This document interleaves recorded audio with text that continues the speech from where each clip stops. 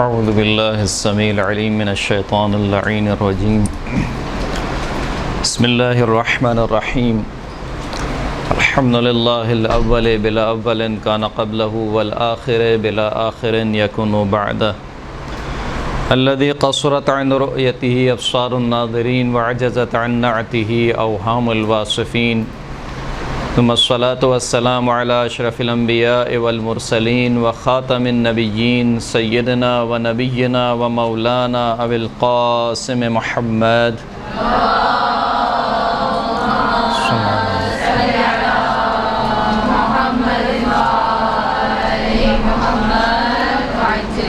وعلى آله الطيبين الطاهرين المعصومين الذين أذهب الله عنهم الرجس وطهرهم تطهيرا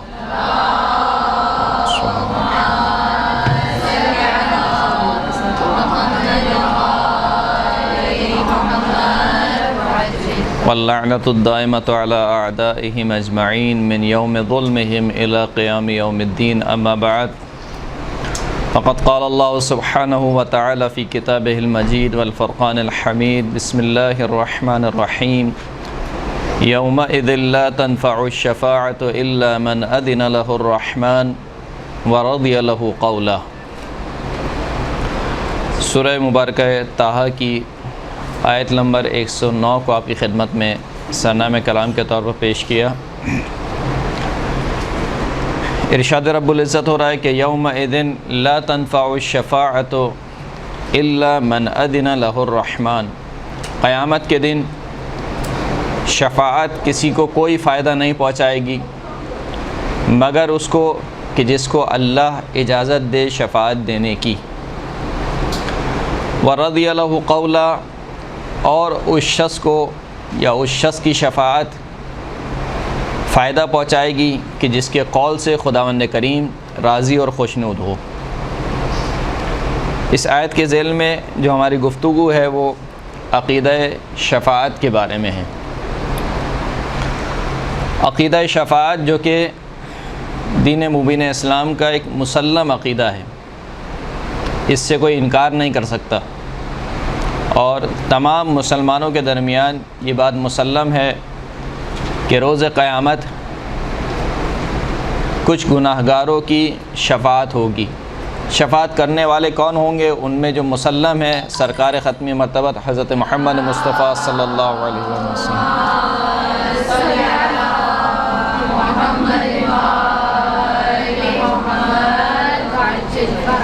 یعنی اتنی بات تو مسلم ہے کہ روز قیامت سرکار کی شفاعت گناہ گاروں کے حق میں قبول کی جائے گی، اور نبی آخر الزماں اپنی امت کی شفاعت کریں گے۔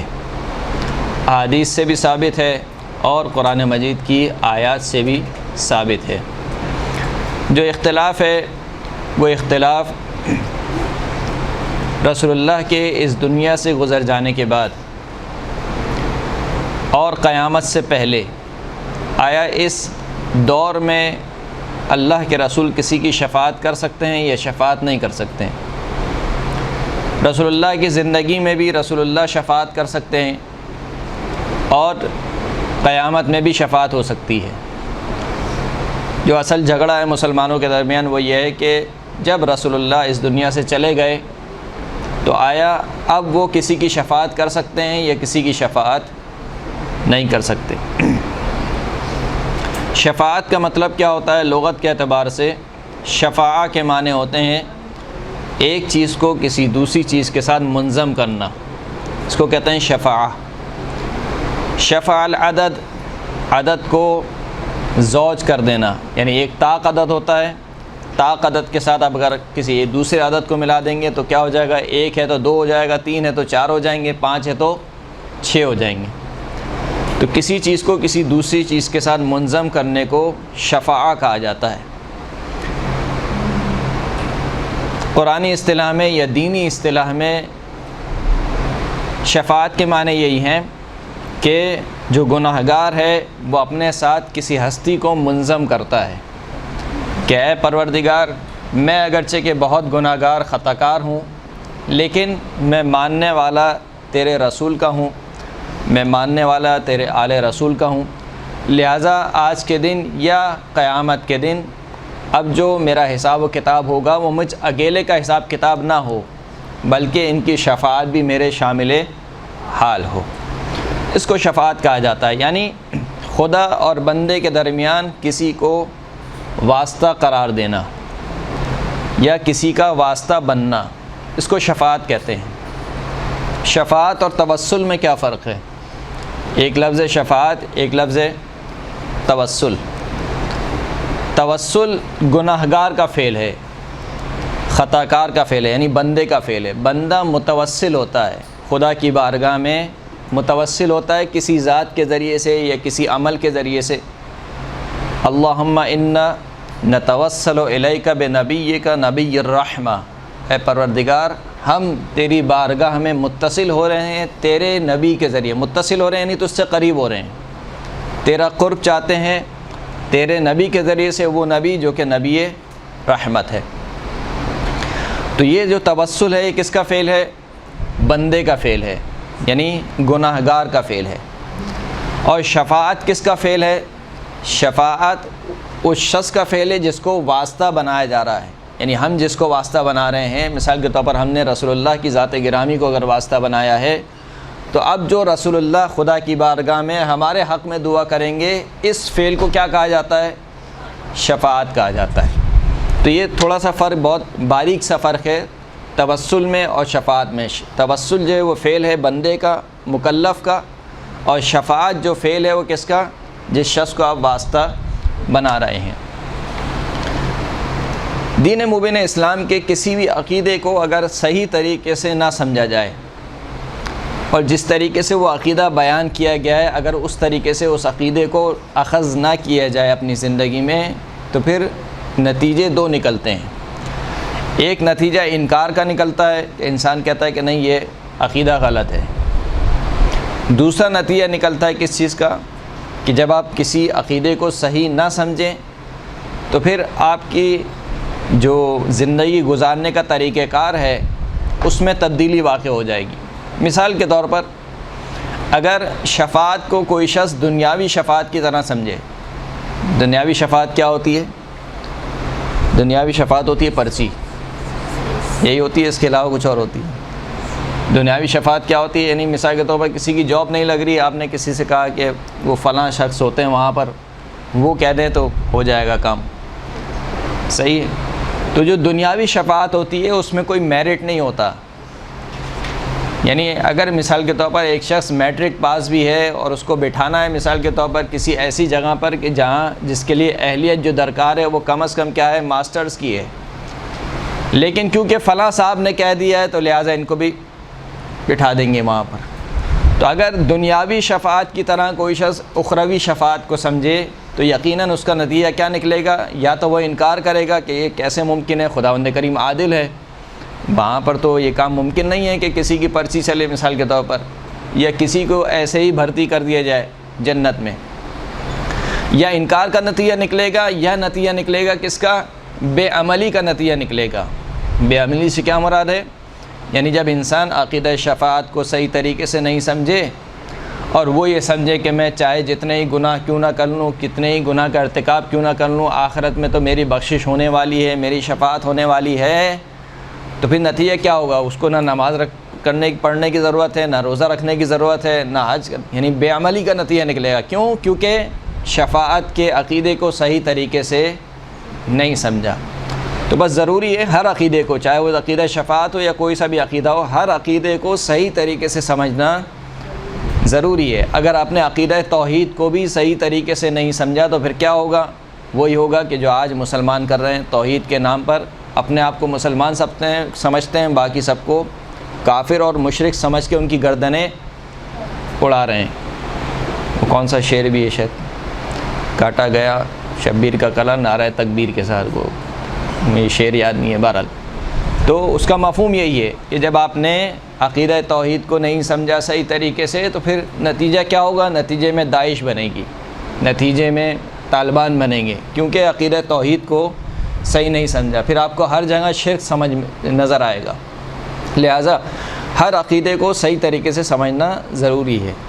بس شفاعت کا جو عقیدہ ہے، جو قرآن مجید میں مسلم عقیدہ ہے، اس سے کوئی انکار نہیں کر سکتا۔ یہاں تک کہ حدیث میں ہے کہ جو شخص بھی میری شفاعت کا انکار کرے گا اس تک میری شفاعت نہیں پہنچے گی۔ رسول خدا صلی اللہ علیہ وآلہ وسلم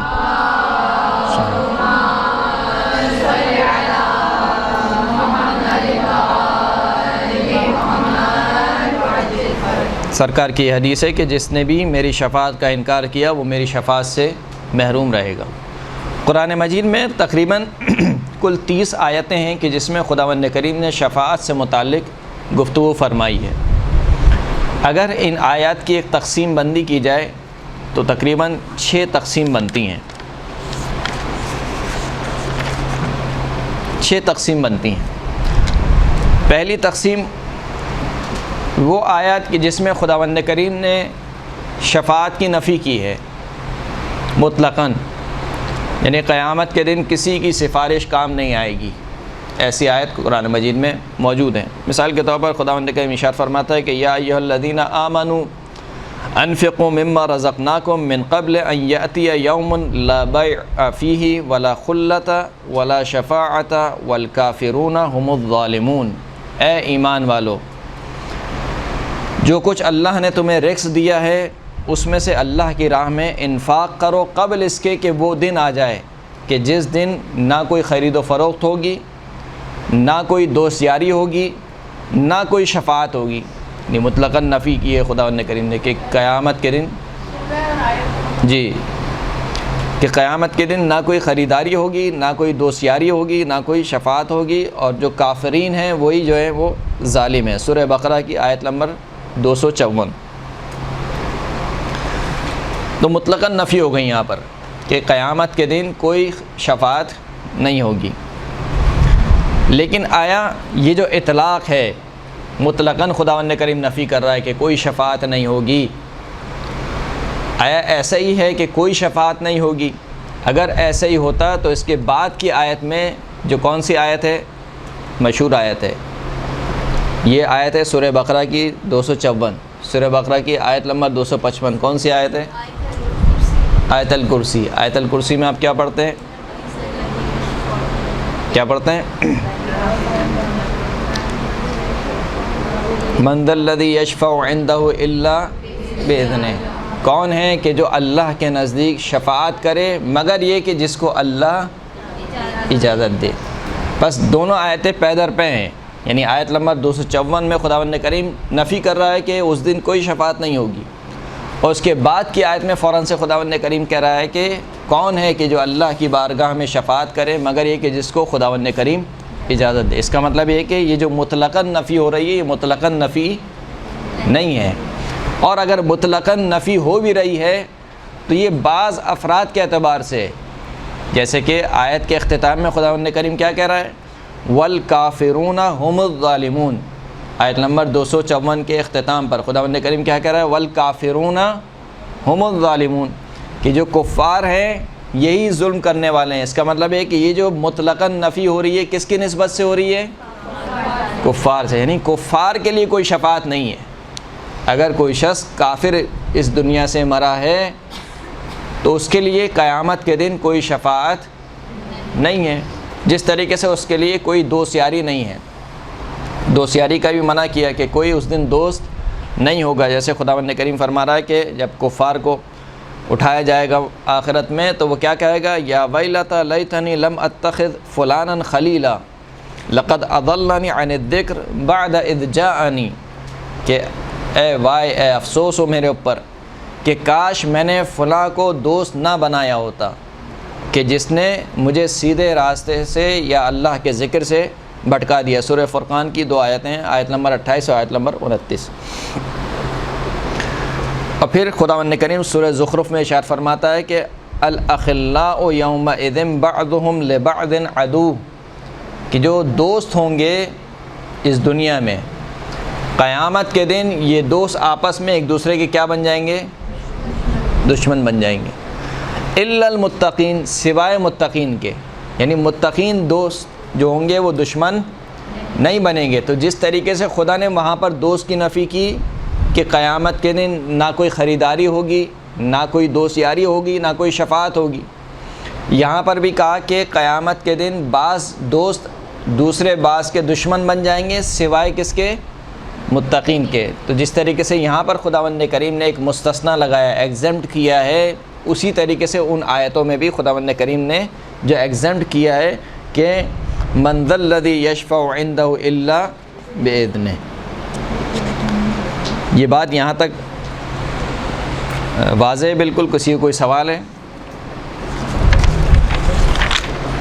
اس کے بعد کی یہ پہلی صنف کی آیت ہو گئی کہ جس میں خداوند کریم نے مطلقاً نفی کی ہے۔ اس کے بعد کی جو دوسری صنف ہے، یعنی جو دوسری قسم ہے، اس میں شفاعت کی نفی کی گئی ہے، لیکن کون سی شفاعت کی؟ اس شفاعت کی کہ جس کے قائل یہود تھے، یہودی جس شفاعت کے قائل تھے اس شفاعت کی نفی کی گئی۔ یہودی کس شفاعت کے قائل تھے؟ یہودی اس شفاعت کے قائل تھے کہ ہم جو کچھ بھی کر لیں، ہمیں تو بس تھوڑے سے دن عذاب کا مزہ چکھنا پڑے گا، اس کے بعد تو جنت ہماری ہے۔ تو وہ کس شفاعت کے قائل تھے؟ وہ اس شفاعت کے قائل تھے کہ جو ہمارے انبیاء گزرے ہیں وہ ہماری شفاعت کریں گے، بھلے سے ہم کچھ بھی کرتے رہیں، یعنی اگرچہ ہم عقیدے میں اپنے انبیاء کے خلاف ہوں لیکن پھر بھی وہ ہماری شفاعت کریں گے۔ اس عقیدہ شفاعت کی نفی کی گئی۔ یا بنی اسرائیل اذکروا نعمتی التی انعمت علیکم وانی فضلتکم علی العالمین واتقوا یوما لا تجزی نفس عن نفس شیئا ولا يقبل منها شفاعت ولا یؤخذ منها عدل ولا هم ینصرون، کہ اے بنی اسرائیل، بنی اسرائیل کون ہے؟ یہ یہود ہے۔ اے بنی اسرائیل، یاد کرو میری نعمت کو جو میں نے تمہارے اوپر نازل کی، اور میں نے تمہیں عالمین پر فضیلت دی، بنی اسرائیل کو عالمین پر فضیلت دی، اور اس دن سے ڈرو، واتقوا یوما، اس دن سے ڈرو کہ لا تجزی نفس عن نفس شیئا، کہ جس دن کوئی بھی جان کسی اور کی جان سے بے نیاز نہیں کر سکتی، یعنی جزا نہیں بن سکتی، ایک شخص دوسرے شخص کی جزا نہیں بن سکتا۔ یہ نہیں کہہ سکتی، وہاں پہ کوئی والد یہ نہیں کہہ سکتا کہ میرے بیٹے کو چھوڑ دو، اس کی جگہ پر مجھے عذاب دے دو۔ کوئی ماں یہ نہیں کہہ سکتی کہ میرے بیٹے کو یا میری بیٹی کو چھوڑ دو، اس کی جگہ مجھے عذاب دے دو۔ یا اولاد یہ نہیں کہہ سکتی کہ خداوند کریم میرے والدین کو چھوڑ دو، میرے والدین کی جگہ مجھے عذاب دے دو۔ کہ لا تجزی نفس عن نفس شیئا، کہ کوئی بھی جان کسی دوسری جان سے کسی بھی قسم کی جزا نہیں بن سکتی۔ ولا يقبل منها شفاعہ، اور اس دن کسی نفس سے شفاعت قبول نہیں کی جائے گی۔ یعنی قیامت کے دن اگر کوئی شخص خدا کی بارگاہ میں سفارش کرے کسی کی کہ خدایا پروردگار یہ میری والدہ گرامی ہے اس کو بخش دے، یا یہ میرے والد گرامی ہیں ان کو بخش دے، یا یہ میری اولاد ہے، خداوند کریم کہہ رہے کہ اس دن کسی کی شفاعت قبول نہیں کی جائے گی۔ ولا یؤخذ منها عدل ولا هم ینصرون، اور اس دن کسی سے کوئی فدیہ قبول نہیں کیا جائے گا۔ یعنی ایسا نہیں ہو سکتا کہ مثال کے طور پر کوئی شخص یہ کہے کہ میرے اتنے گناہ ہیں، صحیح ہے میں اپنی فلاں پراپرٹی کو دیتا ہوں جرمانے کے طور پر، یا مثال کے طور پر فلاں جائیداد کو دیتا ہوں جرمانے کے طور پر، اور مجھ سے عذاب کو اٹھا لیا جائے۔ کہا نہیں، ولا یؤخذ منها عدل، کوئی پراپرٹی یا کوئی فدیہ قبول نہیں کیا جائے گا۔ ولا هم ینصرون، اور ان کی مدد بھی نہیں کی جائے گی۔ تو یہ جو آیت ہے، اس آیت کا خاص تعلق ہے کس سے؟ یہود سے، یا بنی اسرائیل سے آیت شروع ہو رہی ہے۔ تو یہاں پر جو نفی ہو رہی ہے کس شفاعت کی نفی ہو رہی ہے؟ اس عقیدہ شفاعت کی نفی ہو رہی ہے کہ جس کے قائل کون ہیں؟ یہود ہیں، کہ وہ یہ سمجھتے تھے کہ ہم ہر حال میں ہماری شفاعت ہوگی، یعنی ہم کچھ بھی کر لیں ہماری شفاعت ہوگی۔ جیسے کہ آج کل بھی بعض مومنین کا عقیدہ یہی ہے، عقیدہ شفاعت مسلم عقیدہ ہے، اس میں کوئی شک نہیں ہے، لیکن یہ بھی تو سوچنا چاہیے کہ کس کی شفاعت ہوگی، اور شفاعت کا کوئی کرائٹیریا ہے یا کوئی کرائٹیریا نہیں ہے، یا ایسی بس جو بھی آ جائے گا اس کی شفاعت ہو جائے گی۔ سب سے پہلا کرائٹیریا کیا ہے؟ سب سے پہلا کرائٹیریا یہ ہے کہ انسان کی جو موت ہو وہ ایمان کی حالت میں ہو۔ اگر مومن ہی نہیں مرا تو پھر شفاعت تو ختم ہو گئی بات۔ کس کو معلوم ہے کہ ہم جی رہے ہیں، مسلمان مر رہے ہیں خدا نخواستہ نعوذ باللہ کفار کے طریقے سے؟ کس کو معلوم ہے؟ گناہ خطرناک ہے، گناہ کو آپ آسان نہیں سمجھیے، یہ گناہ انسان سے ایمان کو خارج کر دیتے ہیں۔ روح ایمان کو خارج کر دیتے ہیں. یعنی گناہ کی بہرحال ایک حد ہے، یہ گناہ تاثیر رکھتے ہیں تکوینی اعتبار سے بھی. تکوینی اعتبار سے یعنی کیا مطلب؟ یعنی مادی اعتبار سے بھی اور اخروی اعتبار سے بھی. جب انسان کوئی گناہ انجام دیتا ہے تو فقط وہ یہ نہ سمجھے کہ میری آخرت خراب ہو رہی ہے، دنیاوی اعتبار سے بھی یعنی اس کی باڈی پر بھی کیا ہوتا ہے؟ اثر انداز ہوتا ہے. کوئی بھی گناہ انسان انجام دیتا ہے بہرحال اس کے دونوں نتائج ہیں گے. تو یہ جو اس کا جو سب سے بڑا جو نتیجہ ہے، سب سے بڑا جو اثر ہے گناہ کا، وہ کیا ہے کہ روح ایمان انسان کے دل سے خارج ہو جاتی ہے. اور جب ایمان کی روح انسان کے دل سے خارج ہو جائے اور انسان کی موت ہی ایمان پر نہ ہو تو پھر شفاعت کیسے ہوگی؟ شفاعت مومنین کی ہوگی، شفاعت کافرین کی نہیں ہوگی. بہرحال تو یہودیوں کا یہ نظریہ تھا کہ ہم جو کچھ بھی کر لیں ہمارے جو انبیاء ہیں وہ ہماری شفاعت کر کے رہیں گے. تیسری جو آیت ہے، یعنی تیسری جو قسم ہے آیات کی، کل 30 آیتیں ہیں جس میں خداوند کریم نے شفاعت کے متعلق گفتگو فرمائی ہے. ان میں سے اگر اس کی تقسیم بندی ہم کر رہے ہیں کہ پہلی قسم یہ ہے کہ جس میں مطلقاً شفاعت کی نفی ہو رہی ہے، دوسری قسم یہ ہے کہ اس میں اس شفاعت کی نفی ہو رہی ہے کہ جس کے قائل کون تھے؟ یہود تھے. تیسری قسم وہ ہے کہ جو شفاعت کی نفی تو کر رہی ہے مگر وہ نفی کس سے کر رہی ہے؟ کافرین سے. یعنی کفار کی شفاعت نہیں ہوگی، وہ کچھ بھی کر لیں، کفار کچھ بھی کر لیں ان کی شفاعت نہیں ہوگی. جیسے کہ خود خداوند کریم ارشاد فرماتا ہے، صلوات پڑھیں محمد و آل محمد.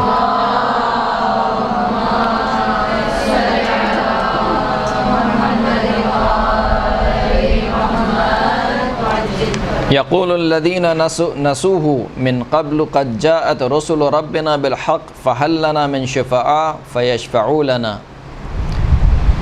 قرآن مجید سورہ مبارکہ اعراف کی 53ویں آیت میں کہ وہ لوگ جنہوں نے خدا کو بھلا دیا وہ قیامت کے دن کہیں گے کہ بے تحقیق ہم تک ہمارے پروردگار کے رسول آئے. اس بات کا وہ اعتراف کریں گے اور پھر سوالیہ انداز میں کہیں گے. نہیں، سوالیہ انداز میں ایک طریقے سے ان کی تمنا ہوگی کہ اے کاش ہمارے لیے بھی کوئی شفیع ہوتا، ہمارے لیے بھی کوئی شفاعت کرنے والا ہوتا. فَهَلْ لَنَا مِن شُفَعَاء، کیا ہمارے لیے بھی کوئی شفیع ہے، کوئی شفاعت کرنے والا ہے؟ فَيَشْفَعُ لَنَا، پس وہ ہمارے لیے کیا کرے؟ شفاعت کرے. اور خداوند کریم کہہ رہا ہے کہ ان کے لیے کیا ہوگا؟ ان کے لیے ان کو پلٹا دیا جائے گا.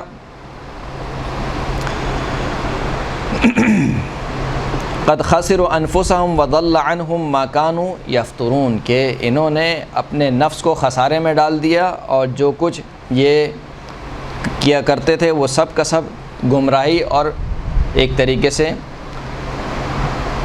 نقش بر آب ہو گیا.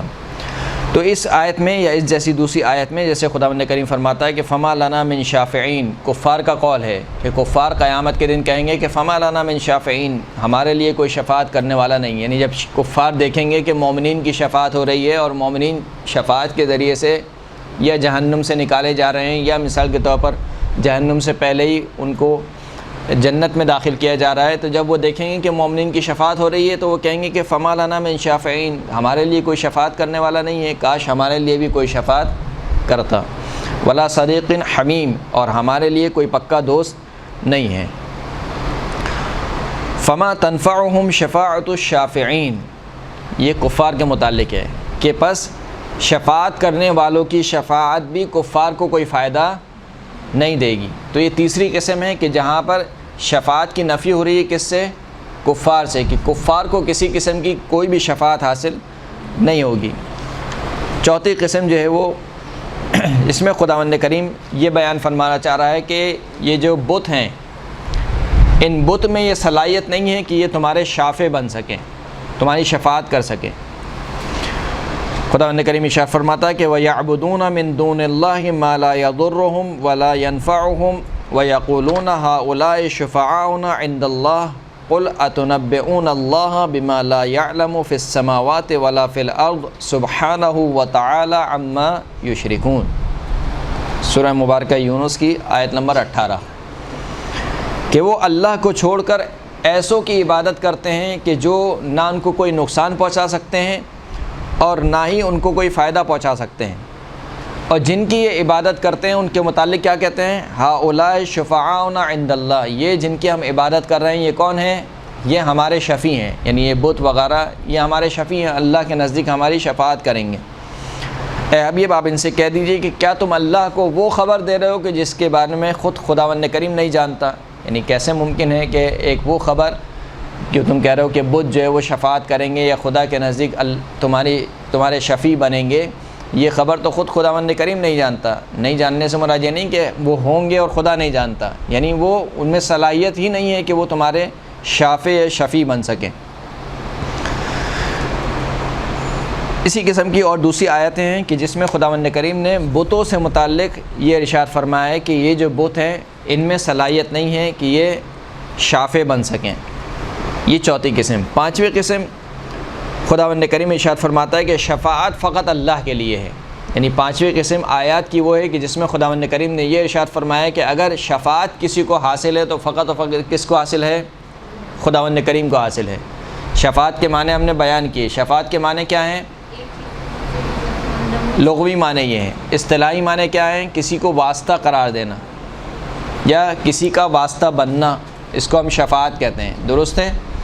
اب خداوند کریم کہہ رہا ہے مثال کے طور پر قل للہ الشفاعۃ جمیعا، اے حبیب آپ کہہ دیجئے کہ فقط اللہ کے لیے تمام کی تمام شفاعت ہے، اللہ کے لیے شفاعت ہے۔ تو اللہ کس کی شفاعت کرے گا؟ اللہ کسی کی شفاعت کرے گا یا نہیں کرے گا؟ جاگ رہے ہیں یا سو رہے ہیں؟ جاگ رہے ہیں۔ دیکھیں ہم کہتے ہیں کہ رسول شفیع ہیں تو سمجھ میں آتا ہے کہ رسول اللہ کیا کریں گے؟ ہماری شفاعت کریں گے، یعنی واسطہ بنیں گے، ہمارے اور اللہ کے درمیان کیا بنیں گے؟ واسطہ بنیں گے۔ لیکن خداوند کریم کہہ رہا ہے کہ اللہ کے لیے شفاعت ہے، تو اللہ کس کا واسطہ بنے گا؟ اللہ سے تو اوپر کوئی ہے ہی نہیں۔ تو اس آیت کا مطلب کیا ہے؟ اس آیت کا مطلب یہ نہیں ہے کہ خدا نخواستہ نعوذ باللہ اللہ واسطہ بنے گا بندے اور کسی کے درمیان، یعنی جو اللہ سے بھی اوپر ہو، نعوذ باللہ اللہ اس طریقے سے واسطہ نہیں بنے گا۔ اس کا مطلب ہے کہ اس آیت کا مطلب یہ ہے کہ جو حق شفاعت ہے، یعنی اگر کسی کو شفاعت کا حق دینا ہے تو اس کی مالکیت کس کے پاس ہے؟ خداوند کریم کے پاس ہے۔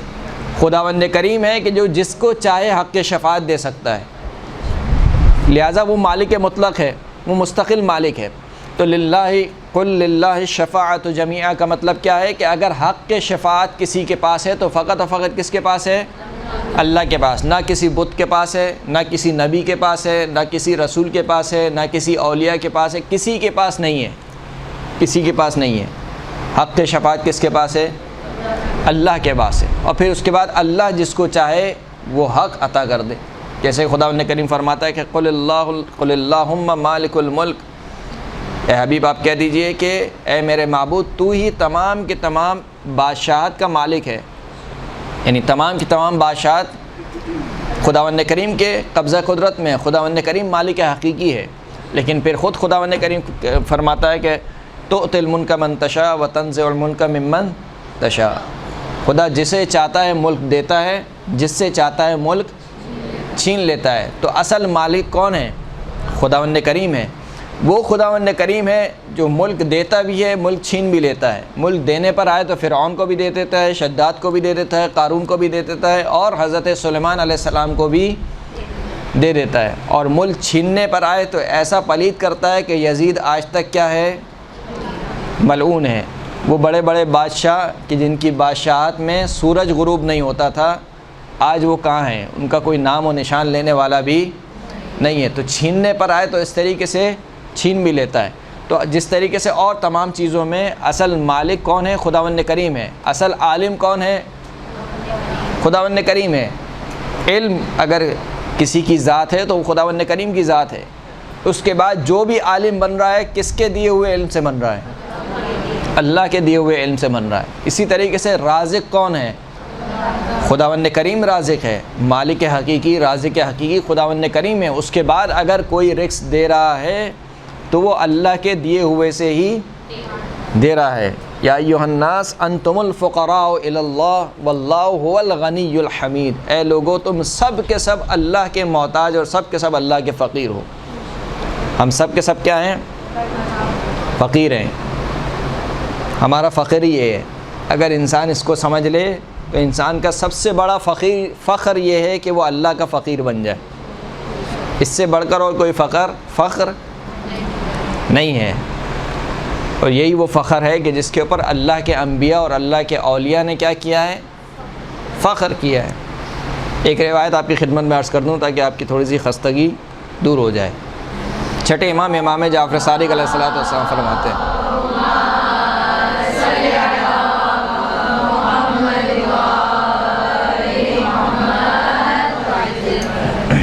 چھٹے امام ارشاد فرماتے ہیں کہ ایک دن اللہ کے رسول کسی پہاڑ کی گھاٹی میں بیٹھے ہوئے تھے، تشریف فرما تھے اور کھانا تناول فرما رہے تھے. اتنے میں ایک عورت کا وہاں سے گزر ہوا. وہ جو عورت تھی بہت ہی منہ پھٹ تھی. منہ پھٹ عورت سے مراد یعنی کسی کا کوئی لحاظ نہیں کرتی تھی. جب اس کا گزر ہوا اس جگہ سے تو اس نے دیکھا رسول اللہ کو کہ وہ زمین پر بیٹھے ہوئے کھانا کھا رہے ہیں. تو اس نے جملہ کہا. جملہ یہ تھا کہ جلست کجلست العبد واکلت کاکلت العبد، کہ اے محمد تم ایسے بیٹھے ہوئے کہ جیسے کوئی غلام بیٹھتا ہے، اور ایسے کھانا کھا رہے ہو کہ جیسے کوئی غلام کھانا کھاتا ہے.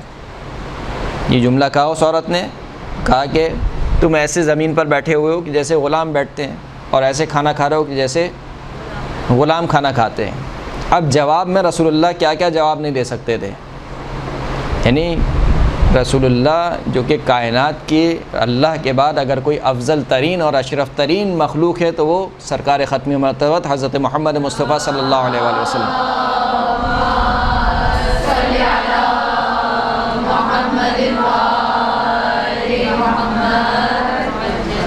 وہ کہہ سکتے تھے کہ تو مجھے کہہ رہی ہے کہ میں غلاموں کی طرح بیٹھا ہوں، تو کیا مجھے نہیں جانتی کہ اللہ نے مجھے معراج کی سیر کرائی ہے؟ تو مجھے کہہ رہی ہے کہ میں مثال کے طور پر غلاموں کی طرح بیٹھا ہوں، تو کیا نہیں جانتی کہ میں انبیاء کا سردار ہوں، سب سے پہلے جنت میں جانے والا شخص میں ہوں. میری وجہ سے مثال کے طور پر خداوند کریم نے زمین اور آسمان کو خلق کیا، دو عالم کو خلق کیا. لیکن اللہ کے رسول نے جواب میں کیا کہا؟ ای عبد اعبد منی، بھلا کون سا بندہ مجھ سے زیادہ اللہ کا بندہ ہوگا. یعنی کون سا غلام ہے جو مجھ سے زیادہ اللہ کی غلامی کرے گا. تو یہاں پر جس چیز کو اللہ کے رسول نے اپنا فخر قرار دیا وہ کیا ہے؟ اللہ کی غلامی. فقر جب انسان یہ سمجھ لے کہ میں اپنے تمام امور میں اللہ کا محتاج ہوں، میں کچھ نہیں کر سکتا، جو کچھ بھی ہے سب کچھ کیا ہے؟ اللہ کا دیا ہوا ہے. بہرحال تو شفاعت، اصل حق کے شفاعت کس کے لیے ہے؟ خداوند کریم کے لیے. یہ جو آیتیں جو کہہ رہی ہیں کہ اصل حق شفاعت خداوند کریم کے لیے، اس کا معنی یہی ہے. اس کا معنی یہ نہیں کہ خدا نخواستہ نعوذ باللہ خداوند کریم کسی کے درمیان واسطہ بنے گا. اس کے بعد جو چھٹی اور آخری قسم ہے اس میں خداوند کریم نے کچھ شرائط بیان کی ہیں کہ اگر اللہ کے علاوہ کوئی دوسری مخلوق شفیع بن سکتی ہے تو وہ کون ہے. یعنی انکار نہیں کیا. جس طریقے سے خدا کو حق شفاعت حاصل ہے تو وہ خداوند کریم بخیل نہیں ہے، وہ کسی کو بھی اپنا حق دے سکتا ہے. لیکن جس کو اپنا حق دے گا اس میں کچھ شرائط ہونی چاہیے. وہ شرائط کیا ہیں؟ پہلی شرط، من ذا الذی یشفع عندہ الا باذنہ، کون ہے اللہ کی بارگاہ میں جو شفاعت کرے مگر یہ کہ اللہ جس کو اجازت دے. تو پہلی شرط کیا ہے کہ شفاعت وہی کرے گا جس کو اللہ کی اجازت ہوگی. جس کو اللہ کی اجازت نہیں ہوگی وہ شفاعت بھی نہیں کر پائے گا. ما من شفیع الا من بعد اذنہ، کوئی شفیع نہیں ہے مگر اللہ کی اجازت کے بعد. لا یملکون الشفاعۃ الا من اتخذ عند الرحمن عہدا، کہ یہ جو ملائکہ ہیں یہ شفاعت کا حق نہیں رکھتے مگر ان میں سے وہی حق رکھتا ہے کہ جس نے خدائے رحمان کے نزدیک عہد اور پیمان باندھا ہو. یعنی شفاعت کا حق اسی کو حاصل ہے کہ اس کے اور اللہ کے درمیان کوئی ایگریمنٹ ہوا ہو کہ اس کو شفاعت کا حق دیا جائے گا، یا اللہ نے اس سے وعدہ کیا ہو کہ میں قیامت کے دن آپ کو حق شفاعت دوں گا. جیسے رسول خدا صلی اللہ علیہ وآلہ وسلم کے متعلق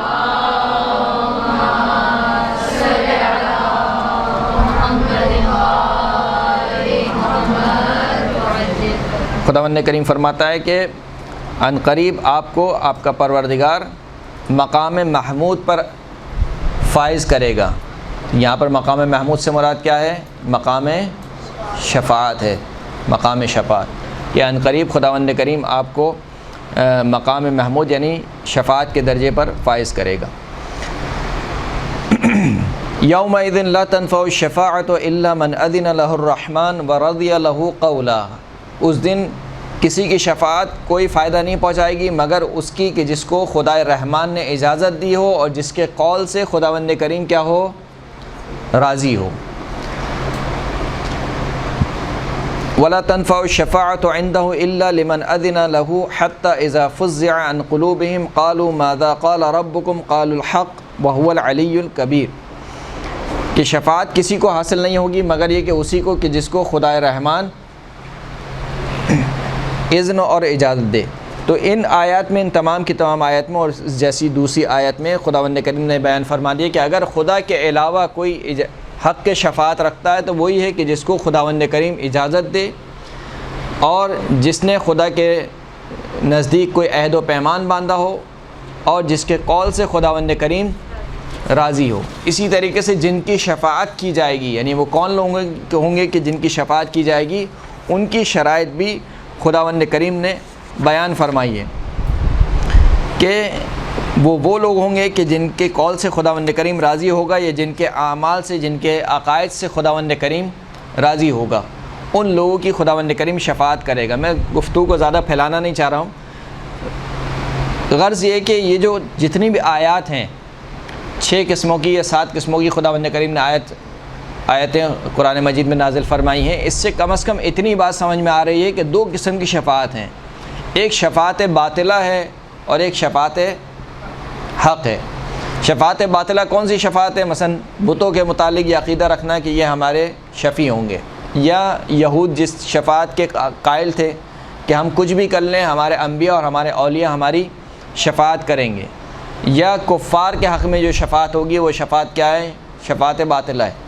اس کے علاوہ ایسا نہیں کہ خداوند کریم نے مطلقاً شفاعت کی نفی کی ہو کہ اس دن کوئی بھی شفیع نہیں ہوگا، کوئی بھی کسی کی بھی شفاعت نہیں کی جائے گی۔ اگر کہا ہے تو وہ کس کے متعلق کہا ہے؟ کفار کے متعلق کہا ہے کہ ان کی شفاعت نہیں کی جائے گی، مومنین کی شفاعت کی جائے گی۔ اب یہاں پر کچھ اشکالات ہیں جو عقیدہ شفاعت پہ کیے جاتے ہیں، ان میں سے سب سے اہم ترین اشکال یہ ہے کہ اگر شفاعت کا دروازہ کھول دیا جائے تو یہ تو آپ ایک طریقے سے کھلی چھٹی دے رہے ہیں گناہ کرنے کی۔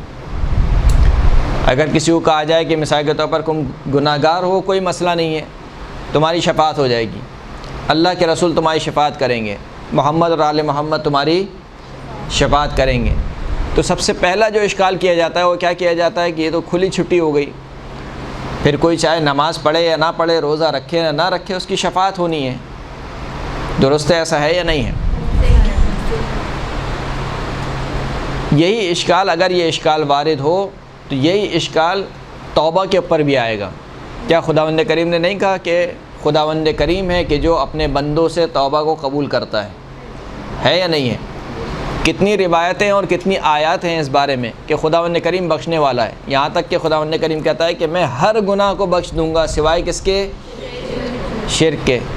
تو یہ توبہ اور یہ استغفار کیا یہ دعوت دینے والی نہیں ہے گناہ کی طرف؟ یعنی آپ نے ایک دروازہ نہیں کھول دیا کہ صحیح آپ جو کام بھی کریں آخر میں آ کے توبہ کر لیں تو انشاءاللہ کیا ہو جائے گا؟ سب برابر ہو جائے گا۔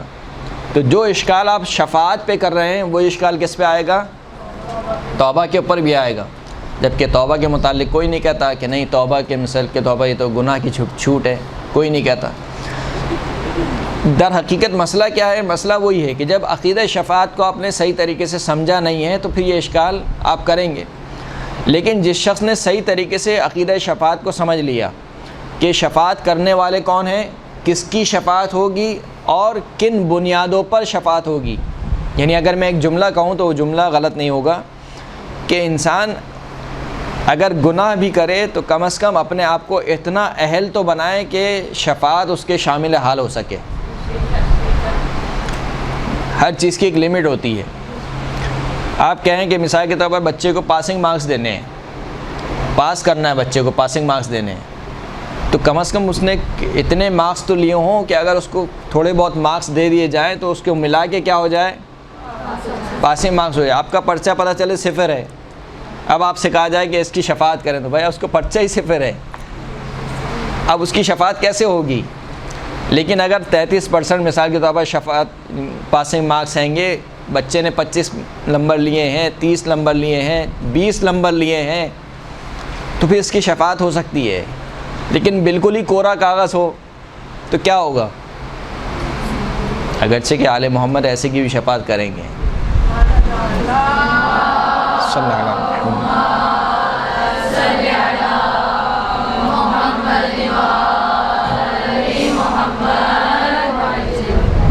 افراط و تفریط سے کام نہیں لینا چاہیے، درست ہے؟ عقیدہ اگر درست ہو تو صریح روایت کے مطابق خود اہل بیت اطہار ہماری شفاعت کریں گے۔ لیکن وہی والی بات ہے کہ آیا صحیح عقیدے پر مریں گے یا نہیں مریں، یعنی یہ سارے اعمال ہم انجام دیں ایک طرف سے، یعنی نہ ہم نے نماز پڑھی، نہ ہم نے روزہ رکھا، نہ ہم نے حج انجام دیا، کوئی نیک عمل نہیں کیا اور گناہ ماشاءاللہ بھرمار کیے، تو کیا ہم امید رکھتے ہیں کہ ہم صحیح عقیدے پر مریں گے؟ کیا ہمارا عقیدہ صحیح ہے اللہ سے متعلق؟ عقیدے سے مراد یہ کہ فقط ائمہ اطہار کے متعلق نہ ہو، خود توحید کے متعلق، رسالت کے مطابق، قیامت کے مطابق درست عقیدے پر انسان کی موت واقع ہونا چاہیے۔ تو ہم جو اتنے گناہ انجام دے رہے ہیں، آیا یہ اس قابل بنیں گے کہ ہم صحیح عقیدے پر موت ہماری ہو سکے؟ اس چیز سے انسان کو کیا کرنا چاہیے؟ ڈرنا چاہیے۔ تو بہرحال جب آپ نے عقیدہ شفاعت کو صحیح نہیں سمجھا تو جس طریقے سے آپ نے یہاں پر اشکال کیا، یہی اشکال کہاں پر ہونا چاہیے؟ توبہ کے اوپر ہونا چاہیے۔ تو یہ جو شفاعت ہو رہی ہے یہاں پر، اس کا مطلب یہ نہیں کہ خداوند کریم نے دروازہ کھول دیا، بلکہ خداوند کریم بہتر جانتا ہے بندوں کو خوف اور امید کے درمیان رکھنا ہے۔ کس کے درمیان رکھنا ہے؟ خوف اور امید کے درمیان۔ اگر خوف حاوی ہو گیا انسان کے اوپر تب بھی انسان آگے نہیں بڑھ سکتا، انسان کچھ نہیں کر سکتا۔ یعنی اگر مثال کے طور پر میں نے آج صبح کوئی گناہ انجام دیا ہے اور اس کا خوف اس قدر حاوی کر لیا میں نے اپنے اوپر کہ میں ایک کونے پہ جا کے بیٹھ گیا، جیسے وہ چوتھے امام کے دور میں کون تھا، ایک نام ذہن میں نہیں آ رہا، ایک شخص تھا، اس نے کسی کا قتل کر دیا تھا یا کچھ کیا تھا، وہ بہرحال پہاڑوں میں جا کر رہنے لگا۔ تو پھر امام اس کے پاس گئے اور اس کو کہا کہ اللہ کی رحمت سے مایوس نہ ہو، تم توبہ کرو، استغفار کرو، خداوند کریم بخشنے والا ہے۔ یہاں تک کہ اس نے اپنے بیوی بچوں کو بھی چھوڑ دیا، یعنی اپنی زندگی پوری کیا کر دی، اس نے معطل ہو گئی اس کی زندگی۔ اگر خوف انسان کے اوپر طاری ہو گیا اور میں ایک کونے پہ جا کے بیٹھ گیا مثال کے طور پر، تو پھر کیا ہوگا؟ میری پوری زندگی مفلوج ہو جائے گی اور مجھ سے متعلق جتنے افراد ہیں ان کی زندگی بھی کیا ہو جائے گی؟ مفلوج ہو جائے گی۔ میرے بیوی بچے مثال کے طور پر، ان کے لیے کمانا ہے، ان کے لیے زندگی کا انتظام کرنا ہے۔ تو اگر خوف انسان کے اوپر حاوی ہو گیا تب بھی انسان زندگی بسر نہیں کر سکتا، اور اگر امید انسان کے اوپر حاوی ہو گئی تو پھر انسان کی زندگی جانوروں والی زندگی ہو جائے گی۔ یعنی انسان اس امید پر کہ خداوند کریم بخش دے گا، یعنی ہر گناہ انسان انجام دے اس امید پر کہ خداوند کریم بخش دے گا، جس کو روایت میں رجائے کاذب کہا گیا ہے، جھوٹی امید کہا گیا ہے۔ جھوٹی امید یعنی اس امید پر انسان گناہ انجام دے کہ انشاءاللہ بخشا جاؤں گا، انشاءاللہ محمد آل محمد میری شفاعت کر دیں گے۔ یہ جھوٹی امیدیں ہیں۔ کہ امام فرماتے ہیں کہ جو شخص جس چیز کی امید کرتا ہے اس کو حاصل کرنے کی کوشش کرتا ہے، یعنی اگر آپ کو امید ہے کہ مثال کے طور پر آپ بخشے جائیں گے تو اپنے آپ کو کم از کم اس قابل تو بنائیے کہ محمد اور آل محمد کی شفاعت آپ کے شامل حال ہو سکے۔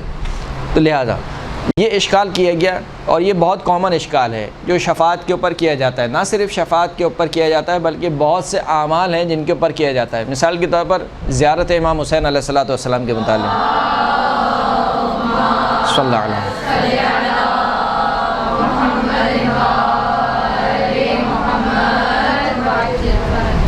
کہ مثال کے طور پر ایک قدم اٹھانے سے پورے گناہ معاف ہو گئے، یہ کیسے ہو سکتا ہے؟ امام حسین کی زیارت کے لیے کوئی شخص اگر ایک قدم اٹھائے تو کیا ہوتا ہے؟ گناہ معاف ہو جاتے ہیں۔ یا مثال کے طور پر امام حسین کے مصائب میں اگر ایک قطرہ آنسو سے نکالے تو سارے کے سارے گناہ معاف ہو گئے۔ بعض لوگ اشکال کرتے ہیں یہ کیسے ممکن ہے کہ ایک قطرے سے سارے کے سارے گناہ معاف ہو جائیں؟ پھر تو آپ نے گناہ کی چھوٹ دے دی۔ انسان پورے سال مثال کے طور پر گناہ کرے اور ماہ محرم میں آ کے چند دن مثال کے طور پر آنسو بہا لے، صاف ہو گئے اس کے اعمال۔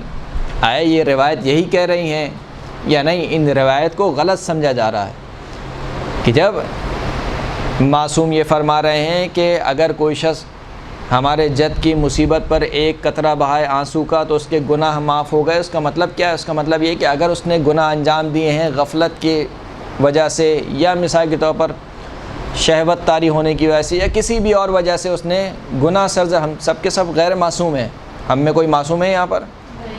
کوئی معصوم نہیں ہے، ہم سب سے غلطیاں ہوتی ہیں، لیکن وہ غلطیاں کیسی ہوتی ہیں؟ لاپرواہی کی ہے مثال کے طور پر کہیں، یا مثال کے طور پر غفلت کی ہے اس وجہ سے، نہ یہ کہ عمدن اور جان بوجھ کر، یعنی جسے ہم بغاوت کہتے ہیں، بغاوت نہ کی ہو انسان نے۔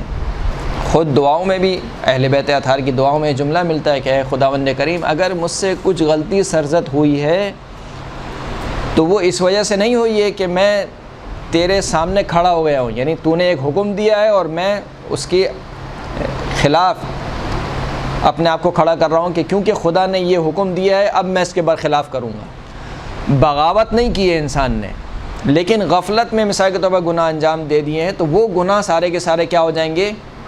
معاف ہو جائیں گے۔ لیکن اگر ایک شخص بغاوت کر رہا ہے، یعنی سر چڑھ کے گناہ کر رہا ہے، جانتے ہوئے گناہ کر رہا ہے، جانتا ہے کہ اہل بیت اطہار کو گانا پسند نہیں ہے پھر بھی گانا سن رہا ہے، جانتا ہے کہ اہل بیت اطہار کو شراب سے شدید نفرت ہے پھر بھی شراب پی رہا ہے، یعنی جانتے بوجھتے ہوئے، اس کو بغاوت کہتے ہیں۔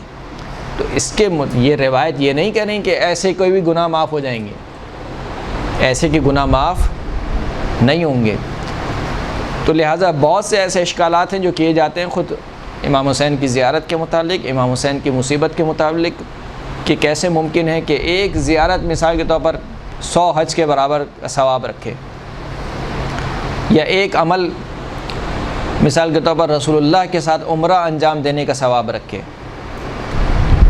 اور بالخصوص یہ جو اشکالات کیے جاتے ہیں ان کی اصل وجہ یہ ہے کہ اس زیارت کو کم رنگ کیا جائے۔ کم رنگ یہ فارسی کا لفظ ہے، یعنی کیا بولوں گے اس کو اردو میں، یعنی اس کی اہمیت کو گرایا جائے، زیارت کی اہمیت کو گرایا جائے، یا مصائب کی اہمیت کو کیا کم کیا جائے۔ امام حسین کی مصیبت میں گریہ کرنے کو، یا یہ کہا جائے کہ گریہ کرنے سے کچھ نہیں ہوتا،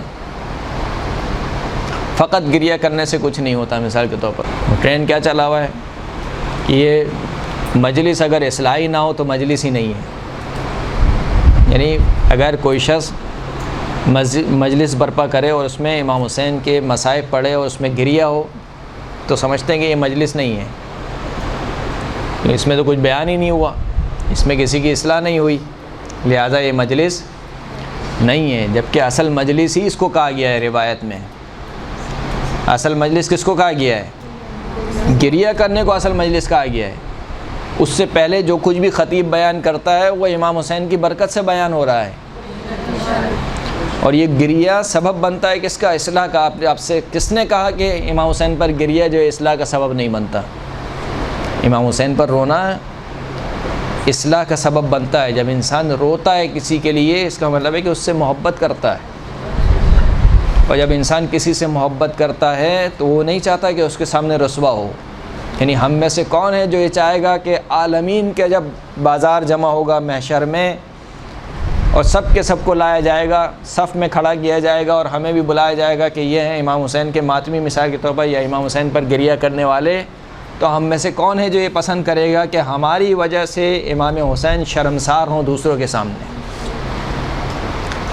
کہ جب لایا جائے اور کہا جائے کہ دیکھو یہ حسین پر گریہ کرنے والے ہیں اور ان کے اعمال دیکھو، ہم میں سے کوئی یہ چاہے گا کہ ہماری وجہ سے بی بی سیدہ شرمسار ہوں؟ کوئی نہیں چاہے گا ہم میں سے۔ تو جب انسان کسی سے محبت کرتا ہے تو اس کے لیے آنسو بہاتا ہے، بیکار میں کسی کے لیے کوئی آنسو نہیں بہاتا۔ یہ جو محبت ہے اہل بیت اطہار کی محبت، یہ اصلاح کی ضامن ہے۔ اب اس کو کم نہ سمجھیے، بے وقت نہ سمجھیے اس محبت کو، یہ محبت بہت قیمتی چیز ہے، اہل بیت اطہار کی محبت۔ اگر آپ کو یقین نہیں آتا تو جناب حر کا واقعہ آپ کے سامنے ہے، کہ حر نے کیا کچھ نہیں کہا امام حسین کو روکنے کے لیے.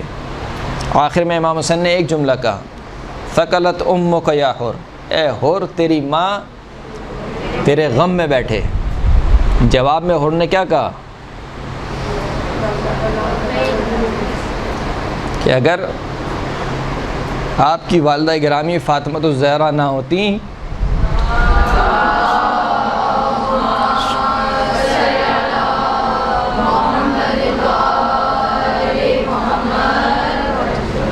تو میں آپ کی والدہ کے لیے بھی وہی کہتا ہے جو آپ نے میری والدہ کے لیے کہے. تو یہ جناب حر کی محبت تھی یا نہیں تھی بی بی فاطمہ سے؟ یہ محبت کہاں پر لے آئی حر کو؟ یزید کے لشکر سے نکال کر حسین کے لشکر میں لے آئی. صرف لشکر میں نہیں لائی، حر کے ماتھے پر ابھی بھی رومال فاطمہ بندھا ہوا ہے.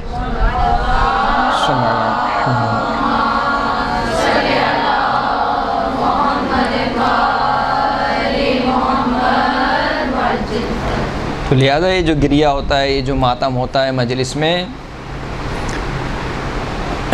یہ سب کا سب اہل بیت اطہار سے محبت کی وجہ سے ہوتا ہے، اور یہ اہل بیت اطہار کی محبت ضامن بنتی ہے ہماری اصلاح کا. کوئی بھی یہ نہیں چاہے گا کہ ہم اہل بیت اطہار کو رسوا کریں نعوذ باللہ، یا ہماری وجہ سے اہل بیت اطہار شرمسار ہوں قیامت کے دن. مناجات شعبانیہ کا جملہ ہے یا صلوات شعبانیہ کا شاید جملہ ہے کہ خدا مجھے اس دن رسوا نہ کرنا کہ جس دن تو میرے اوپر گواہ کو کھڑا کرے گا. یعنی جب گواہ میرے اعمال کے اوپر آئیں گے، اہل بیت اطہار چہاردہ معصومین جب میرے اعمال کے اوپر گواہ کھڑے ہوں گے تو اس دن مجھے رسوا نہ کرنا ان کے سامنے. جو کچھ بھی معاملہ ہے ان سے پہلے میرا معاملہ کیا ہو جائے، حل ہو جائے. تو شفاعت بھی جو ہے وہ خداوند کریم نے کس لیے رکھی ہے؟ تاکہ انسان خوف و رجا سے خارج نہ ہو. نہ خوف انسان کے اوپر اس قدر طاری ہو جائے کہ انسان اگر گناہ کر لے تو یہ سمجھے کہ بس اب تو میری بخشش ہو ہی نہیں سکتی ہے، تو انسان کی زندگی کیا ہو جائے گی، مفلوج ہو جائے گی. اور رجا بھی یعنی اس قدر جھوٹی امید نہ باندھے. اسی لیے خداوند کریم نے قیود بیان کی ہیں کہ ہر ایرے غیرے کی شفاعت نہیں ہوگی. شفاعت کرنے والا کوئی ہر ایرا غیرہ نہیں ہوگا، ان کی قیود ہیں. ایسا نہیں ہے کہ جو شخص بھی یہود کی طرح کہے کہ میں جو بھی کر لوں میری شفاعت ہو جائے گی، ایسا بالکل بھی نہیں ہے. اس کی سب سے بڑی دلیل یہ ہے کہ کہیں پر بھی یہ بیان نہیں ہوا کہ ہم فلاں گناہ کی شفاعت کریں گے. کہا کہ ہم شفاعت کریں گے لیکن کون سے گناہ کی؟ یعنی مثال کے طور پر ایک شخص نے بہت سارے گناہ انجام دیے ہیں، ان میں سے کس گناہ کی شفاعت ہوگی؟ آیا سارے گناہ کی شفاعت ہو جائے گی یا بعض گناہوں کی شفاعت ہوگی؟ بیان نہیں کیا خداوند کریم نے. کیوں بیان نہیں کیا؟ تاکہ کوئی شخص جھوٹی امید نہ باندھے، یعنی اس امید پہ گناہ انجام نہ دے کہ انشاءاللہ کیا ہو جائے گی، اس کے اندر ایک خوف رہے کہ ہو سکتا ہے یہ گناہ ان گناہوں میں سے ہو کہ جس کی شفاعت نہیں ہوگی. بہرحال خداوند کریم ہم سب کو اہل بیت اطہار کی شفاعت سے بہرامند فرمائے، بالخصوص اس زندگی میں، موت کے وقت، بالخصوص قبر میں، اور بالخصوص جب ہمیں دوبارہ اٹھایا جائے گا اس وقت خداوند کریم ہمیں اہل بیت اطہار کی شفاعت سے بہرامند فرمائے. صلوات پڑھ دیجیے محمد و آل محمد.